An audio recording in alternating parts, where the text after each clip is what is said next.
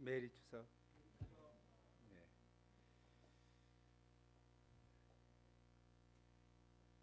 한가위가 무엇인가요? 한가한 사람들만. 네. 맞아, 추석. 메리 추석. 한가한 사람들만 휴가를 즐기는 날인 줄 것이 아니고 감사하는 날인 것 같습니다.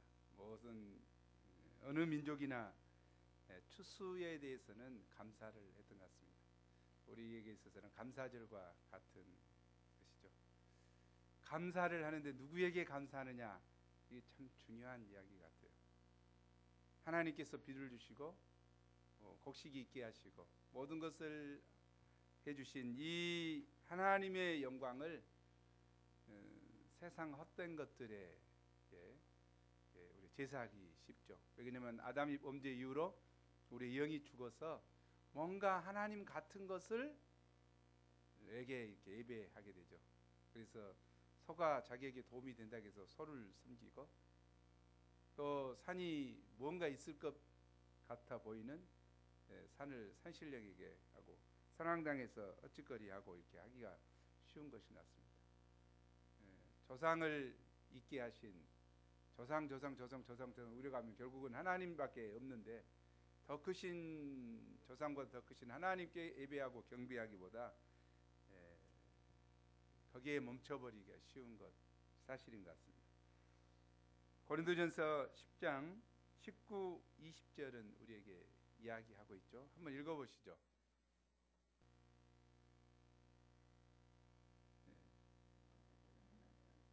여기 들지 말고 자기 것 갖고 읽어봐라고.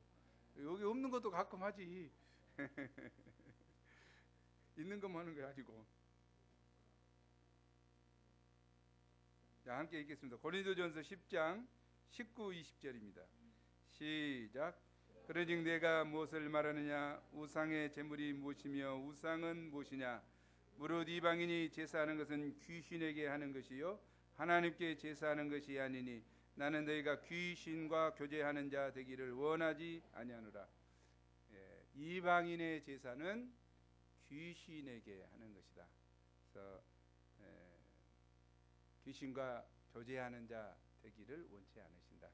명절이 되면 굉장히 힘들고 어려운 시간을 보내는 사람이 많죠. 저도 신앙 믿음 생활 막 할 때 첫해 졌어요. 가서 산소 가서 절했지요. 77년도인데 근데 복음이 들으니까 마음이 그러잖아요. 그래서 이제 성묘하러 갈 때 계속 기도를 했습니다. 성령 하나님께서 나를 붙들어 주시고 하나님 한 분만이 계신 것을 내가 믿습니다. 성묘를 하러 딱 갔는데 다리에 힘이 그냥 쫙 조지면서 허리가 안 굽혀져 온 거예요. 도저히. 그래서 내가 기도의 힘과 능력이 이런 것이구나. 뭐 뻣뻣해져 버리니까 뭐 어쩔 수 없는 거죠. 이게 우리 아버지가 옆에 있다가 너 교회 다니니까 너 안 해도 돼. 그래 묵도만 하면 돼. 그렇게 이야기하시더라고. 그래서 간단히 넘어가 버렸지. 이게 또 우리 집 제사가 없어진 것도 제사 우리 다이다한테 6살 정도 됐을 것 같아요. 다이다 이리 와 제사 지내게 절해야지 조상에게. 이렇게 안 해요. 귀신에게 왜 절을 해요? 그 한마디가 딱 우리 아버지 마음에 들어갔는데 그 다음에부터 안 지낸다고 하더라고요. 이게 그 역사하심이 그런 것 같아요. 명절 때는 항상 우리가 어려움이 있죠. 그러나 기도를 많이 하시고 하나님 앞에 살고자 이런 것에 의한 핍박을 감당해내면 좋을 것 같습니다. 오늘 말씀도 그런 것인 것 같아요. 저는 영화를 잘 안 보죠. 잘 아시죠? 왜냐하면 영화에는 영이 있기 때문이죠. 그래서 영이 있어서 내 안에 있는 나쁜 영이 즐거워하는 것을 이렇게 보게 되거든요. 내 안에 있는 나쁜 영은 에너지를 자꾸 받기를 원해요. 나쁜 것을 보기로 원하고 폭력적인 것을 보기로 원하고 막 이렇게 여기에 만족 줄 수는 저는 없다고 생각해요. 오히려 그래서 크리스천들을 위한 영화만 대개는 보는데, 근데 이제 오늘 말씀 전하면서 암살이라고 하는 것을 좀 적용해 보고자 한번 이렇게 그 영화 하는가, 목요일 날 영화 하는가 좀, 우리 왜냐하면 현수 목자가 이야기했거든요. 염석진이 그 이야기했던 그 이야기가 조금 이따 나옵니다만은 그 고백이 우리 현대 크리스찬에게 굉장히 중요한 것 같아요. 우리가 잘 아는 것처럼 암살의 영화 배경이 뭡니까? 일제시대 아닙니까? 1930년대니까 일제시대 식민지 하에 있는 이 1910년에 한일합방이 됐으니까 그때부터 일제하에 들어가기 시작했죠. 그래서 20년이 흐른 상황이니까 이게 이제 사람들이 달라지기 시작한 거죠. 금방 이게 식민지가 끝날 줄 알았는데 20년이 흐르고 나니까 사람들이 달라지는 것 같아요. 오늘 히브리 성도들에게 동일한 이야기입니다. 히브리 성도들도 핍박이 금방 없어질 줄 알았는데 복음 안에서 금방 주님이 임하시고 해결되고 할 줄 알았는데 식민지가 오래되니까 마음에 요동이 치기 시작하죠. 아, 이대로 계속 가는 거 아닌가? 이대로 끝나지 않겠는가? 그때 독립군들이 암살단 3명이 가잖아요. 일본 지도자를 죽이고자 하고 또 친일파를 죽이고자 하는 암살단이 구성되죠. 그러나 그 암살단보다 중요한 것이 뭐였습니까? 결국은 독립군 내부에 있는 밀정을 이기지 못해서 암살단이 다 망하잖아요. 우리도 마찬가지로 우리 내부에 있는 죄 소욕을 이기지 못하면 누구를 구원할 수 있겠는가? 누구에게 영향력을 끼칠 수 있겠는가?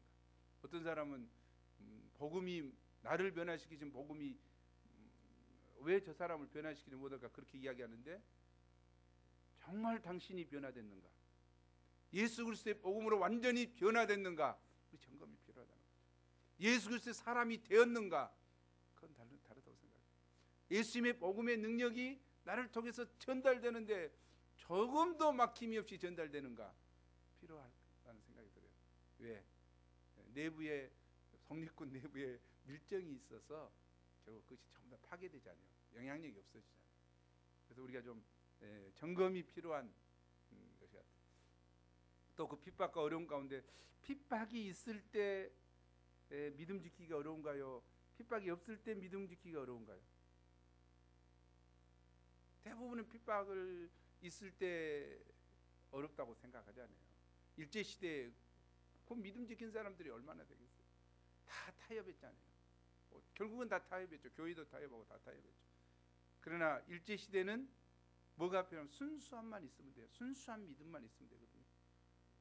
순수한 믿음만 있으면 되지만 정말 오늘날 시대에는 생명을 거는 유혹과 이런 것은 없지만 오늘날은 순수한 믿음 플러스 뭐가 필요합니까? 정말 이것이 옳은 것인가 하는 분별력까지 필요해요. 한 가지가 더 필요한 시대인 것 같아요. 순수한 믿음 플러스 분별력. 그래서 이것이 정말 진정한 축복인가 바라보는 것이 필요할 것 같습니다. 히브리 성도들에게 왜 이 오늘 말씀이 증거되는가 좀 생각할 필요가 있을 것 같아요. 그들이 예수님을 믿었습니다. 예수님을 믿고 구원과 생명을 얻었습니다. 그러나 세월이 흘러서 핍박이 계속되니까 그들이 예수님을 버려버리고 감격과 환희를 버려버리고 다시 타협하고 다시 유대교로 돌아가고 세상으로 가고 하는 모습이 있었던 것 같습니다. 그 염석진이가 그런 마지막 고백을 하죠. 염석진이는 정말 지혜로운 사람인 것 같아요. 왜냐하면 거기서는 쫙 친일파에 붙어가지고 독립군인 척하면서 친일파에 붙어서 이제 다 하고 해방이 되자마자 어디에 붙었습니까? 친미로 붙었죠. 친미로 붙어서 이제 경찰관이 돼가지고 빨갱이를 색출하고 이렇게. 그래서 이제 친일파로 법정에 서게 되니까 증거 부족으로 그 무죄가 선포되죠. 무죄가 선포되니까 그 독립군이었다가 그 변절로 인해서 독립군이었다가 당했던 그 친구가 만나죠. 만나가지고 야, 너 왜 변절한 거야? 그러니까 뭐라고 합니까? 현수 목사님 어디 있어요? 뭐라고 했죠? 염석진이가 그 이야기 해줬잖아 나한테. 해방될 줄 몰랐으니까, 해방될 줄 알았으면 변절했겠느냐? 이 좀 엄청난 일이에요. 우리 주님이 다시 오실 줄 알았더라면 내가 변절했겠어요? 우리 주님이 다시 오신다고 약속했는데 그 말씀을 굳게 붙들고 재림하신 예수님을 바라본다면 우리가 믿음을 버릴 수 있겠습니까? 아니, 이 땅에 잠시 살다 간 인생이라는 것을 안다면 우리가 이 땅에 있는 것을 그냥 얻고자 난리치고 있겠습니까? 모든 걸 다 놓고 가는데, 잠시뿐인 세상인데 이 땅에 뭘 얻고자 발버둥 치고 있는가? 우리가 좀 영화에서 뭔가를 느껴야 되지 않는가 싶은 생각이 듣고, 나는 항상 서론에서 다 이야기해 버리니까 오늘 이제 예배 끝났어. 제가 그래서 굉장히 많이 생각했습니다. 이게 영화도 생각해 보지만 이게 일제 시대 때 과연 정말 그 마귀가 득세하는, 일제 시대에 그 사람들이 득세하는 그곳에서 독립군으로 산다는 것, 또 하나님의 백성으로 믿음 중심을 지켜 산다는 것이 얼마나 어려웠을까. 우리 신앙의 연륜 동일한 것 같아요. 믿음의 순수성을 지키고 핍박과 어려움이 있지만 거기서 믿음을 지켜야 합니다. 주기철 목사나 손양호 목사처럼 지켜간다는 것이 얼마나 어려운가. 아마 히브리 성도들 가운데서도 믿음을 지키고자 하는 자들이 있었지만 그 내부에는, 교회 내부에는 변절한 사람도 있을 것 같아요. 그래서 변절한 사람이 자꾸 유혹을 심는 것이죠. 야, 뭐 꼭 그렇게 이렇게까지 우리가 해야 되냐? 우리도 서로 너 변절자냐? 하고 물어보세요. 나를 힘들게 하지 마, 좀 해줘야. 우리 믿음의 순수성을 가지고 천국 가는 그날까지 우리가 천국에 들어가야 안심할 수 있는 것 같아요. 주님의 인도하심과 이끄심이 있지만 천국 들어가는 그날까지 믿음의 순수성과 신앙을 지켜가는 우리가 돼야 할 것 같습니다. 가다가 변절하면, 염석진이처럼 변절하면 주님이 오실지 모르고 있으면 문제가 될 것 같습니다. 오늘 죽음을 맛보신 예수님, 제1부 고난을 통한 영광 5절에서 10절입니다. 하나님은 장차 올 세상을 천사들의 지배 아래 두지 않고 그리스도에게 복종케 하셨습니다. 예수님은 만물이 그 발 아래 복종케 될 만큼 영광스럽고 존귀한 분이셨습니다. 그러나 만물이 아직도 예수님께 복종한 것이 눈에 보이지 않습니다. 왜냐하면 그 복종의 시기는 예수님이 재림하실 때이기 때문입니다. 다만 우리는 천사들보다 잠시 동안 못하게 하심을 입은 자, 곧 죽음의 고난을 받으심을 인하여 영광과 존귀로 관을 쓰신 예수님을 봅니다. 예수님을 믿습니다. 천사들보다 잠시 동안 못하게 하심을 입었다는 것은 예수님의 낮아지심을 말합니다.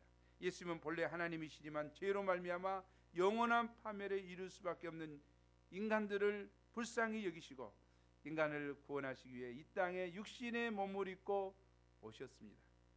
이것은 마치 사람이 지렁이들을 구원하기 위해 지렁이가 되는 것보다 더 큰 비하입니다.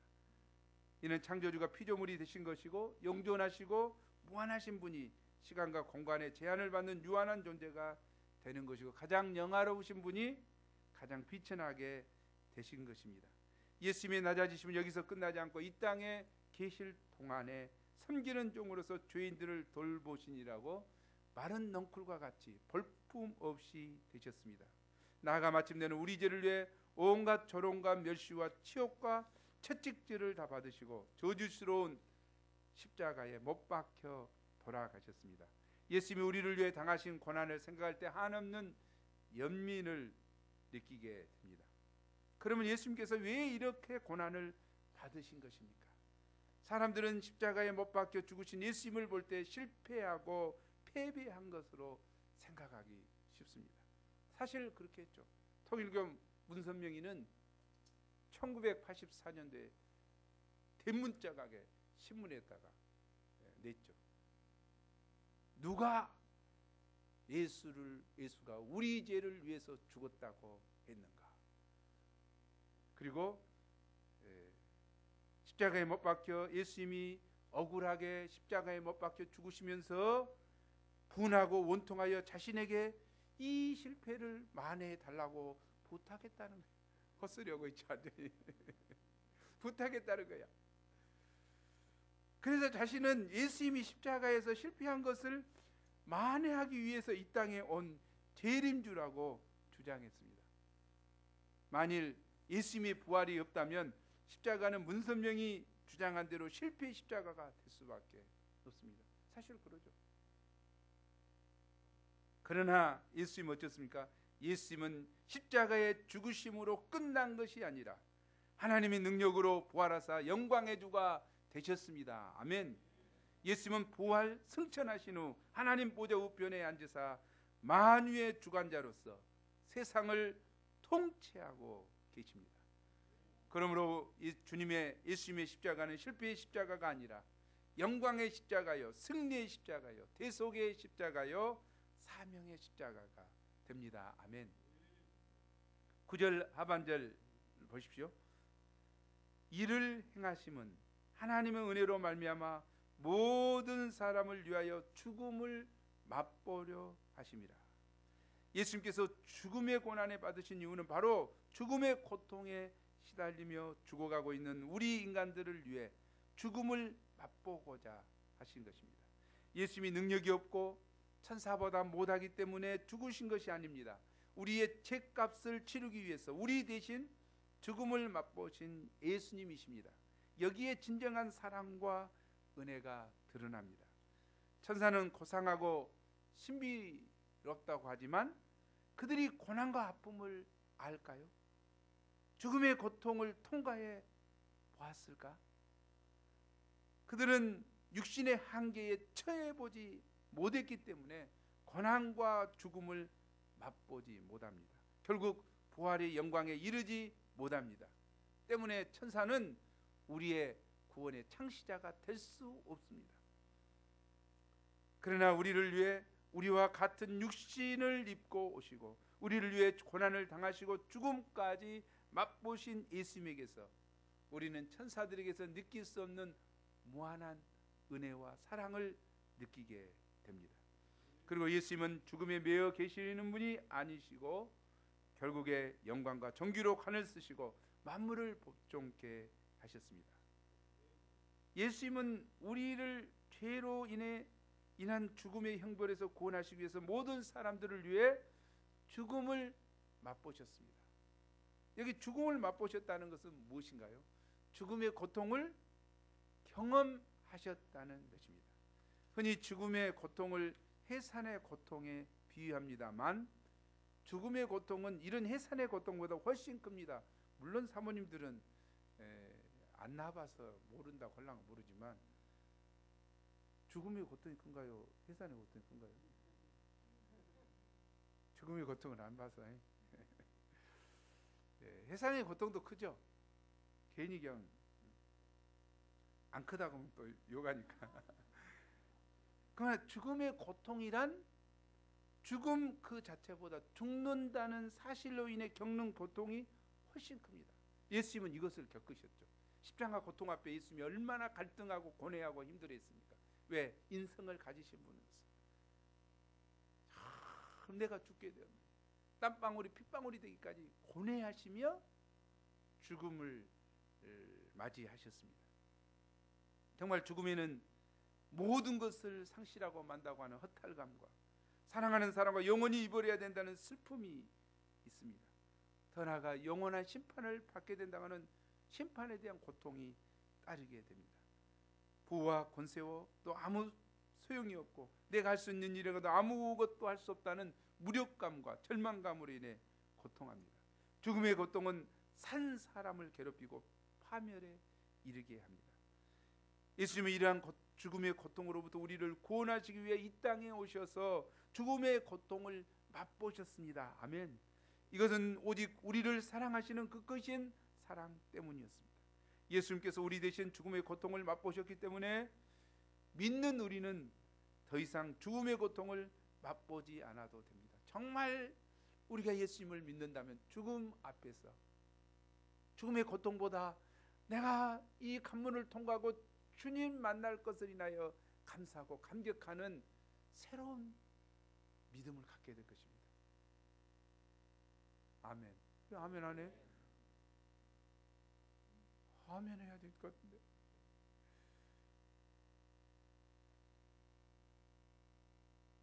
죽음 10절 말씀은 만물을 창조하시고 만물을 보존하시는 하나님께서 많은 사람을 구원하여 영광에 이르게 하는 일에 있어서 그들의 구원의 창시자 예수님을 고난을 통하여 온전하게 하신 것은 당연한 일이라고 말하고 있습니다. 여기 고난을 통하여 온전하게 하신다. 이것이 인간을 구원하시는 역사 방법이 고난을 통한 영광임을 배웁니다. 사람들은 고난 없이 영광에 이루고자 합니다. 열심히 일하지 않고 떼돈을 벌고자 하고 사전을 열심히 찾지 않고 영어를 유창하게 잘하고자 하고 1대1의 고난 없이 많은 양무리를 거느린 큰 목자가 되고자 합니다. 우리의 소원 아닙니까? 좀 미안하지만 우리의 소원이죠 이게. 그러나 세상에 그 어떤 일도 고난 없이 되는 일은 없습니다.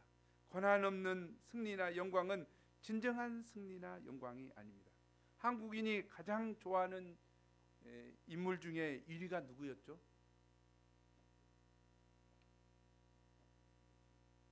이순신? 세종장? 뭐 역사 요즘 인물이죠. 요즘의 인물, 현대 인물 중에 안철수?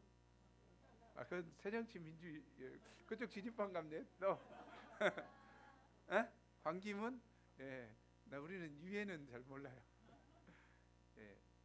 의외로 김연아가 피거 여왕 김연아가 당첨이 됐어요. 그래서 저도 보고 야 이게 왜 이 사람을 택할까? 가장 좋아하는 사람 중에 그랬는데 그녀는 1900이 아니라 2014년 5월 7일 아이스 쇼를 통해서 18년간의 공식적인 선수 생활을 마감했는데요. 김연아는 피겨 역사상 세계 최초로 올 포디움이 뭔지 알죠? 포디움이란 시상대라는 이야기죠. 올 포디움 대회에 출전했던 것마다 전부 모든 대회에서 그 시상대에 올랐다는 이야기죠. 이게 3등 이내에 들었다는 이야기 항상. 그러니까 엄청난 이야기죠. 출전한 모든 달성하고 여자 선수 최초 그랜드슬램을 석권했다. 네 개 메이저 경기를 모두 석권했다. 그래요. 밴쿠버 올림픽, 세계 선수권 대회, 그랑프리 파이널, 네 대륙 성수권 대회를 달성한 전무후무한 선수로 온 국민의 사랑을 받아왔습니다. 아마 100년 앞으로의 100년, 전에 100년, 앞으로 100년 아마 없을 거라고 이렇게 생각을 하고 있는 거예요. 이렇게 한 사람입니다. 김연아는 피거 불모지인 대한민국이 운 좋게 얻은 보물과 같다고 하지만 그녀를 지켜본 사람들은 말합니다. 김연아는 넘어지고 넘어져도 다시 일어나 뛰었던 지독한 연습벌레였을 뿐이라고요. 그녀는 하늘에서 뚝 떨어진 천재가 아닌 묵묵히 노력하고 또 노력했던 성실한 선수라고 합니다. 그녀의 아름다운 자세, 얼굴 표정, 몸매, 이면에는 어릴 때부터 운동하면서 무던히도 연습에 연습을 거듭했고 수없이 넘어져 멍들고 아파서 눈물을 펑펑 흘린 고된 훈련이 있었습니다. 이는 그녀의 영광이 고난을 통해서 이루어졌음을 말해주는 것입니다. 이 한마디 하려고 지금 예를 든 거예요. 그녀의 영광이 그냥 된 것이 아니고 고난을 통해서 이루어졌다. 무던한 연습을 통해서 이루어졌다. 우리 사전 안 찾아보고 그냥 영어 잘하고 아까 좀 1대1 하지 않고 그냥 많은 양을 거들인 대목자가 되기를 원하는 이런 게 없다는 거죠. 사람들은 고난은 무조건 나쁜 것으로 생각하고 할 수 있는 대로 고난을 회피하고자 합니다. 그러나 고난은 반드시 나쁜 것만은 아닙니다. 우리는 고난을 통해서 인생의 깊이를 배우고 성숙해질 수 있습니다. 고난을 통해서 그리스도 형상이 우리 내면에 조각되어 우리의 인격이 깊어지고 넓어져서 그리스도의 창성한 분량에 이르기까지 성장할 수 있습니다. 그래서 사도 바울은 환난 중에서도 기뻐할 수 있었습니다. 로마서 5장 3, 4절 함께 읽겠습니다. 시작. 이는 환난은 인내를, 인내는 연단을, 연단은 소망을 이루는 줄 알미로다. 사도 베드로는 환난 중에 있는 성도들에게 이렇게 권면했습니다. 베드로전서 4장 12, 13절. 이 말씀은 좀 잘 새기면서 읽어보면 좋겠습니다. 너무 의미가 깊은 것 같아요. 시작. 사랑하는 자들아, 너희를 연단하려고 오는 불시험을 이상한 일 당하는 것 같이 이상히 여기지 말고 오히려 너희가 그리스도의 고난에 참여하는 것으로 즐거워하라. 이는 그의 영광을 나타내실 때 너희로 즐거워하고 기뻐하게 하려 함이라. 그의 영광을 나타내실 때, 그의 영광을 나타내실 때, 그의 영광을 나타내실 때 너희로 즐거워하고 기뻐하게 하라 합니다. 우리가 그러지 못하고 고난을 당해서 슬퍼하고 힘들어하고 그냥 믿음을 포기해버리고 이렇다면 그의 영광이 나타나실 때 우리는 괴로워하고 정말 괴로워할 거예요. 왜 그랬을까? 그러나 우리는 그의 영광이 나타나실 때, 우리 주님의 영광이 나타나실 때 우리로 즐거워하고 기뻐하게 하기 위해서 잠시 고난을 통과하게 하신 것 같습니다. 그러면 우리는 고난을 회피하거나 어쩔 수 없이 숙명적으로 고난을 받아들일 것이 아닙니다. 오히려 적극적으로 그리스도의 고난에 참여함으로 참된 영광에 이루고자 하는 소원을 가지고 기쁨으로 고난을 감당해야 합니다. 아멘. 한 페이지 뺐습니다. 오늘 추석 선물로 한 페이지 뺍니다. 한번 메시지 가서 읽어보시고 굉장히 은혜로운 부분이 있어요. 복음주의 대표적인 신약학자로 알려진 레온 모리스가 했던 말도 다 있거든요.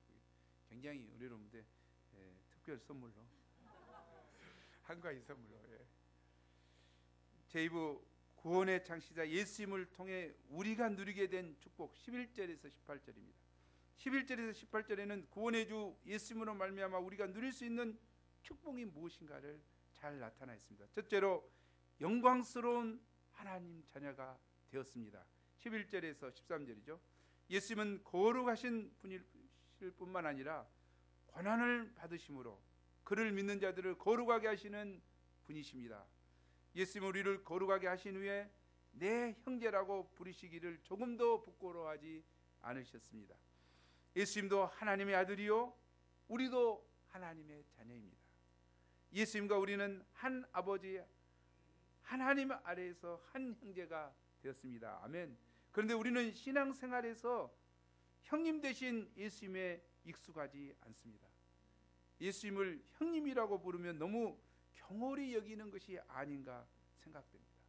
예수님은 우리를 동생으로 여기는데 아우라 했는데 내 형제라고 했는데 우리는 뭔가 예수님을 형님이라고 부르기가 좀 그런 것 같습니다. 그러나 그렇지 않습니다. 구약을 인용한 12, 13절 뿐만 아니라 요한복음에 보면 부활하신 예수님은 제자들을 친히 내 형제라고 부르셨습니다. 또 노마스에서도 예수님을 많은 형제 중에 맏아들이 되게 하셨다고 언급합니다. 그러므로 우리가 예수님을 형님으로 부르는 것은 경거망동한 행동이 아닙니다. 예수님께서 죽으심으로 인해 우리에게 주어진 새롭고 은혜로운 가족 관계입니다. 아멘. 우리 다 함께 예수님께 예수 형님, 아니 예수 오빠 하고 한번 힘줘서 불러보겠습니다. 영적인으로 불러보는 거죠. 뭐 오빠 이거 뭐 조속한 그런 것이 아니고 정말 이 말씀에 의해서 예수님을 주님 이래 부르지만 예수 형님 하고 한번 불러보겠습니다. 시작. 형아, 그래 예수 형아 좋아. 예수 오빠. 이 경거망동한 것이 아니다. 새로운 관계예요. 예수님이 우리를 아우라고 부끄러워하지 않는데 우리가 형이라고 부르는 것을 부끄러워한다면 어째? 이것처럼 정말 어리석음이 없죠. 그게 안 된 것 같아요. 이처럼 예수님의 죽으심으로 인해 우리는 하나님 안에서 한 가족이 되었습니다. 사실 우리는 예수님의 형제가 될 자격이 티끌만큼도 없는 자입니다. 그러나 예수님께서 우리를 자기 피로 값주고 사시고 우리를 정결케 하시고 하나님의 황태자요 황공주로 삼아 주셨습니다. 예수님께서 우리를 구속하실 뿐만 아니라 우리를 형제라 부르시기를 부끄러워하지 아니하시니 이보다 더 큰 영광이 어디 있고 이보다 더 큰 구원의 확신이 어디가 있습니까? 우리가 형님 대신 예수님으로 인해서 정말 즐거움을 누려야 할 것 같습니다. 동시에 은혜에 감사해야 되겠습니다. 둘째로 우리를 마귀의 권세로부터 해방시켜 주십니다. 예수님께서 혈과 육을 입고 이 땅에 오신 것은 자녀들이 다 혈과 육을 입고 있기 때문입니다. 예수님께서 혈과 육을 입고 오신 목적은 사망의 세력을 잡은 자 곧 마귀를 멸하시고 또 죽기를 무수함으로 일생 동안 매여 종노릇하는 인간들에게 참 자유를 주기 위함이었습니다. 우리의 싸움은 혈과 육의 싸움이 아니라 보이지 아니하는 사단과의 싸움입니다. 사단은 우리보다 훨씬 강하고 지혜롭기 때문에 우리의 힘과 지혜로는 도저히 이길 수 없습니다. 그러나 우리가 그리스도 예수를 굳게 믿고 의지할 때 사단은 힘을 쓰지 못하고 무력하게 되고 맙니다. 마귀는 타락한 천사로서 하나님의 역사를 대적하고 해방합니다. 마귀가 주로 하는 일은 사람들의 마음에 불신과 회의를 심고 실족하게 합니다. 이 마귀는 죽음의 세력을 잡고 인간을 불안하게 하고 두렵게 합니다. 마귀는 우리를 죽일 수 있는 권한은 없지만 우리로 하여금 죽음의 공포에 시달리게 함으로써 스스로 죽게 만듭니다. 이것이죠. 그렇게까지 그냥 스스로 죽게 만든다는 거예요. 죽을 맛을 보게 만들죠. 우리는 삶의 현장에서 빈번하게 죽음 권세를 경험합니다. 허무 무의미에 시달리면 무기력하게 되어 아무것도 할 수 없게 됩니다. 패배감과 한계와 절망에 빠지게 되면 운명주의와 자살 충동에 시달리게 됩니다. 이 모든 현상들은 마귀가 뒤에서 조종하여 우리를 죽음에 이르게 하는 병을 앓게 하는 것입니다. 그러므로 우리는 죽음의 세력을 잡은 마귀가 우리 뒤에서 모든 것을 조종하고 있음을 인식하고 마귀와 싸워야 합니다. 그래 마귀와 싸우지만 어떻습니까? 빈번히 실패하기가 쉽죠. 그러나 예수 그리스도를 의지함으로 싸울 때 승리할 수 있습니다. 예수님이 이처럼 죽음 권세에 매여 일생 종노릇하는 우리에게 진정한 자유를 주시는 분이십니다. 15절이죠. 인간이면 누구나 자유를 갈망합니다. 그런데 이 많은 사람들이 자유에 대한 의식이 다릅니다. 진정한 자유가 무엇입니까? 사람들은 내가 가지고 싶은 것을 다 소유하고 내가 하고 싶은 일을 다 하고 내가 가고 싶은 대로 가고 내 쾌락대로 행하는 것을 자유라고 생각합니다. 이러한 생각은 마귀가 우리에게 달콤하게 속삭이는 거짓말에 불과합니다. 마귀는 우리로 하여금 생명을 향하여 나아가지 못하게 하고 사망을 향하여 나아가게 함으로써 결국 파멸에 이르게 합니다. 최초의 마귀의 유혹을 보십시오. 하와에게 뭘 하겠습니까? 내가 선악과를 먹으면 네가 하나님같이 되어 네가 정말 지혜롭게 된다고 꼬시니까 따먹게 되잖아요. 정말 하나님같이 되고 정말 자유롭고 분별하고 선악을 안다고 생각한 거죠. 그래 결과가 뭐였습니까? 따먹고 나니까 부끄러움, 수치, 괴로움. 아니 마귀 새끼는 거짓말장이라니까. 마치 우리가 이렇게 하면은 행복이 도래할 것처럼 거짓말 심는 것이죠. 상상을 통해서. 예를 들면 어떤 사람이 돈이 행복을 가져온다고 믿고 돈을 많이 벌 수 있다면 행복할 것이라는 생각을 하게 됩니다. 그래서 상상을 가져. 그는 행복을 원하기 때문에 그 모든 정열을 바쳐 돈 하며 재물을 축적하기에 온 힘을 씁니다. 그 결과 그는 점점 생명의 세계에서 멀어지게 됩니다. 그는 점점 마음의 평강과 안식을 잃고 인생을 소진하고 맙니다. 이것은 물질뿐만이 아니라 권세나 명예도 마찬가지죠. 거기에 매이면 한없이 갑니다. 그러나 인간의 소유는 손가락 사이로 빠져나가는 모래알처럼 덧없이 사라지고 맙니다. 재물뿐만 아니라 권력이나 명예나 인기도 마찬가지입니다. 그래서 모든 육체는 풀과 같고 그 모든 영광은 불의 꽃과 같습니다. 풀은 마르고 꽃은 떨어지되 오직 주의 말씀은 세세토록 있다고 베드로전서 1장 24, 25절에서 이야기했습니다. 영원한 것은 하나님의 말씀과 하나님께 속한 것뿐입니다. 우리가 무엇에 뿌리 내리고 무엇에 근거해서 살아야 되는가 다시 한번 알게 됩니다. 진정한 자유는 죽음의 세력을 잡은 마귀의 권세로부터 벗어나는 것입니다. 마귀가 하는 일은 사람들을 미혹하여 하나님을 대적하게 만들고 온갖 거짓말로 사람들을 미혹하여 죄에 빠지게 합니다. 그리고 일단 죄에 빠지면 끊임없이 참소하여 무서운 죄의식에 시달리게 합니다. 마귀는 우리로 하여금 받은 바 은혜를 기억하고 감사하는 마음보다 받은 바 상처를 기억하게 하고 불신하고 불평하고 원망하게 만듭니다. 결국 빛보다 어둠을 더 사랑하게 하여 일생 동안 어둠의 권세 아래 살게 합니다. 마귀는 이처럼 우리를 노예로 삼아 종노릇하게 만듭니다. 그런데 문제는 우리 인간의 힘으로는 도저히 이 마귀의 권세에서 빠져나올 수 없다는 것입니다.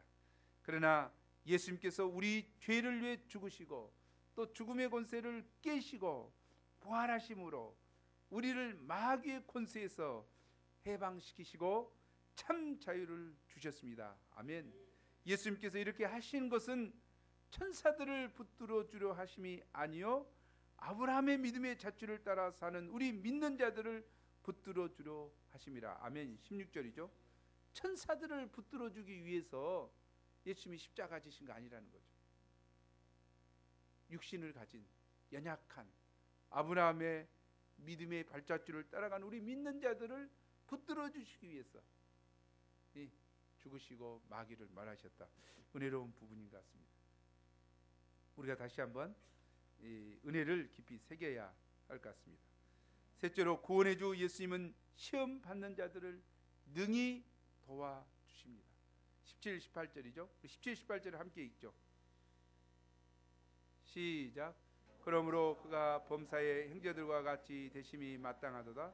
이는 하나님의 일에 자비하고 신실한 대제사장이 되어 백성의 죄를 속량하려 하심이라. 그가 시험을 받아 고난을 당하셨은즉 시험 받는 자들을 능히 도우실 수 있느니라. 예수님은 우리와 똑같이 시험을 받으시고 고난을 당하셨습니다. 여기 시험은 템테이션입니다. 유혹이죠. 예수님도 유혹을 받으셨다는 거죠. 마귀의 시험을 받으셨죠. 마귀가 유혹을 했죠. 우리와 똑같이 줄이시고 피곤하시고 슬픔과 고통을 맛보셨습니다. 그러나 예수님은 성경을 가진 한 인간으로서 이 모든 것을 다 참으시고 사단의 시험을 이기셨습니다. 또한 예수님은 하나님께 충성하시되 십자가에 죽기까지 충성하셨습니다. 그러므로 예수님은 자비로우신 분이시고 충성된 대제사장이 되어 우리의 연약함을 잘 이해하시고 능히 도와주실 수 있습니다. 히브리서 4장 15절은 이렇게 쓰였죠. 함께 읽어보겠습니다. 시작. 우리에게 있는 대제사장은 우리의 연약함을 동정하지 못하실 리가 아니요 모든 일에 우리와 똑같이 시험을 받으시는데 죄는 없으시니라. 우리는 때로 어려움을 당할 때 사람들에게 도움을 요청하다가 실망할 때가 한두 번이 아닙니다. 목자님은 날 이해 못해 하며 목자를 원망하고 때가 많습니다. 사실 목자가 다 이해 못하죠. 어떻게 가부 속을 가부가 아니고 어떻게 아냐고. 네? 벙어리도 제 어미도 벙어리 속은 모른다고 하잖아요. 모르죠. 처리지 안 해면. 저도 잘 모릅니다.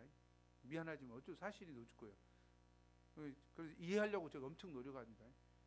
제가 혹시 이해 못하더라도 오지 마. 나 인간이요. 하나님 아니야. 사실 아무도 그와 똑같은 처지에 처해보지 않고서는 근본적으로 이해할 수 없습니다. 제가 우리 우간다에서 닐리안이 얼굴이 환해졌다고 했는데 저 불임의 고통에 시달렸잖아요. 근데 그걸 통해서 사모님들이 불임을 겪었던 사람들을 만나면 좋겠다 해서 우리 세라 목자 통해서 진주까지 또 갔잖아요. 진주 가가지고 조두보라 이 목자를 만났죠. 조두보라가 10년 만에 아이를 가졌거든요. 얼마나 고통스럽겠어요. 두 아이를 낳죠. 연이어서 그 이야기를 듣고 이야기를 위로받고 또 조두보라가 이부 스테바나 목자 부인 누구들 임윤자 사모님 둘 다 약사예요. 근데 여기 소개해줬죠. 그리고 또 와서 이제 이야기한 거예요. 임윤자 사모님은 나는 결혼한 지 애기가 안 생겨가지고 힘들었는데 3년 될 때 뇌 수막종으로 이제 뇌수술을 했잖아요. 뇌수술 하니까 뭐 애기고 뭐고 생각이 없다가 한참 지나고 나서 이제 애를 가져야 되겠다. 시험관 아이 2차례 했는데 2차례 다 실패하고 절망이 컸겠죠. 그러나 찬양을 섬기고 여름수양에 섬기고 여름수양에서 큰 은혜를 받고 아이고 이제 뭐 얘 없으면 없는 대로 살지 하나님께 맡기고 하나님을 찬양하고 이렇게 했는데 애가 생긴 거예요. 믿음 하나님께 맡겼을 때 그런 간증을 쭉 이렇게 들으니까 얼굴이 환해졌어. 많이 무거운 마음으로 왔는데 얼굴이 환해진 것 같아요. 그 불임에 대해서는 바나바 목자가 나한테 되고 지난 연합교회 모임 하면서 와가지고 닐리안이 불임 때문에 참 힘들었겠어요. 나는 4년밖에 안 됐지만 그 심정은 이해하기 어려워요. 그리고 이야기를 하면서 나한테 정말 힘들었을 거라고. 그래서 내가 바나마 너도 힘들었는가 보다.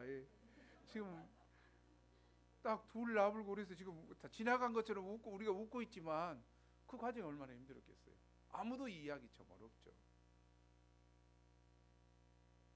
마찬가지인 것 같아요. 예수님이 이 땅에 오셨습니다. 멋진 남자로 왔습니다. 죄가 없으신 멋진 남자로 성인이 되셔가지고 딱 왔어요. 그리고 와셔가지고 일주일 동안 딱 계셨다. 마지막 발 씻어주고 뭐하고 다 하고 십자가에 못 박혀 죽으셨다. 어째 우리를 다 이해하실 수 있을까요? 물론 죄 없으신 예수님이 오셔서 우리 대신 죽으셨으니까 우리 죄는 뭐 사해줄 수 있겠죠. 그러나 우리가 어렸을 때부터 이렇게 자라온 이 연약함과 허물과 이렇게 오랫동안 살았던 이걸 이해할 수 있겠는가? 예수님은 말구이에 태어나셔서 가난과 아픔을 당하셨죠. 동일한 질병에 시달리는 영혼들을 보고 가난을 겪고 아픔을 겪고 또 목수로서 일하시면서 얼마나 하다가 잘못하다가 그냥 손도 다치시고 그냥 막 이렇게 했을 때 아프다 하고 이 고통을 맛보셨을 거예요. 예수님이 육체를 가지신 분으로서 어떻습니까? 공생에 사는 동안에도 그 대학 끝에 이렇게 가다가 수가성 우물가에 덥석 주저앉으신 주님, 얼마나 피곤하셨으면 덥석 주저앉으신, 목마른 물 좀 달라고 하시고, 또 죽음 앞에 있는 앞에서는 그냥 통곡하시고 우시고, 그 가난해서 자기에게 몰려오는 사람들을 보시고 그들을 불쌍히 여겼다. 예수님은 이 땅에 오셔서 아무것도 모르시는 하나님의 신성만 가지고 오신 분이 아니시다는 거죠. 오늘 이 강 말씀에서 저자가 강조하고자 하는 것이 무엇입니까? 그분의 신분을 이야기한 것이 아니에요. 1장에서는 신분을 이야기했고 천사보다 우월하다고 했고 선지자보다 우월하고 하나님의 아들이라고 하셨지만, 오늘 여기서는 뭘 강조합니까? 인성을 덧입고 오셔서 죽음을 맛보시고 혈과 육을 입고 오셔서 고통과 아픔을 다 당하셨다. 그리고 그분이 시험까지 당하셔서 시험 당하고 있는 우리의 연약함과 병약함을 아시고 시험 받는 우리를 도우신다는 것이죠. 이 정말 자비롭고 충성스러운 이 대제사장 예수님께 우리가 안 나갈 이유가 하나도 없어요. 예수님이 뭘 이해를 못하셔.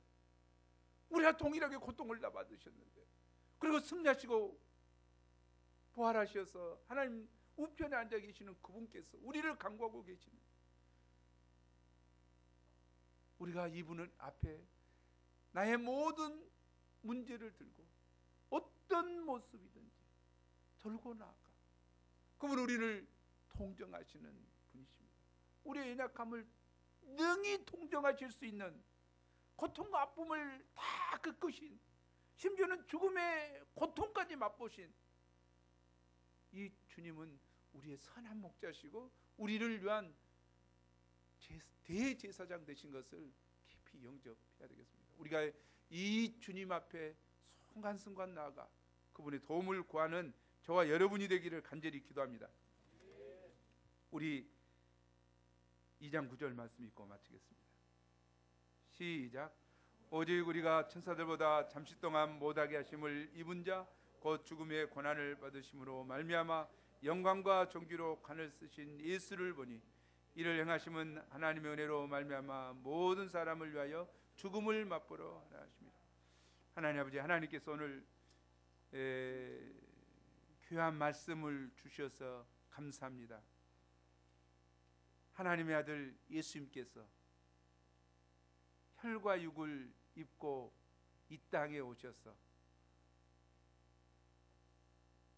십자가에 못 박혀 죽으심으로 이 참 죽음의 세력에 매여 사는 인생들의 아픔과 고통을 아시고, 또 죽으신 삶 안에 부활하심으로 부활 승리하셔서 저희를 부활로 인도해 가시는 우리의 구주, 우리의 구원의 창시자이신 예수님을 인하여 감사와 찬송을 드립니다.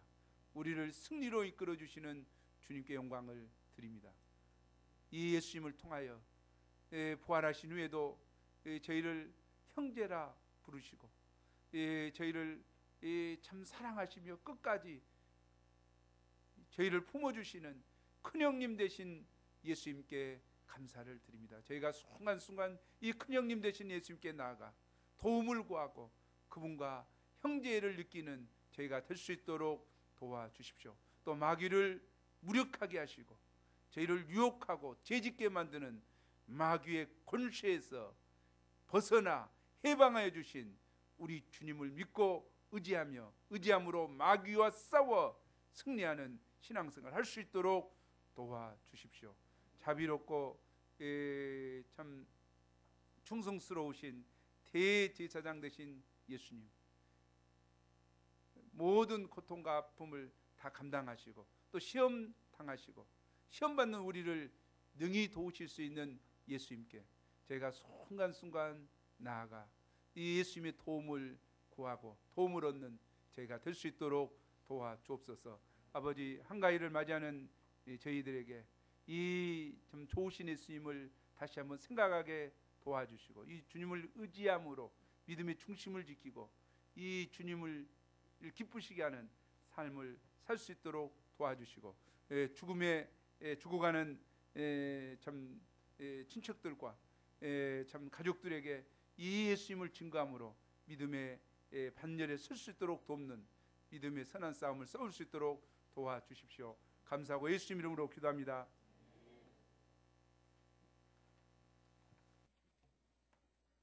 모두 일어나셔서 찬송 216장을 부르시기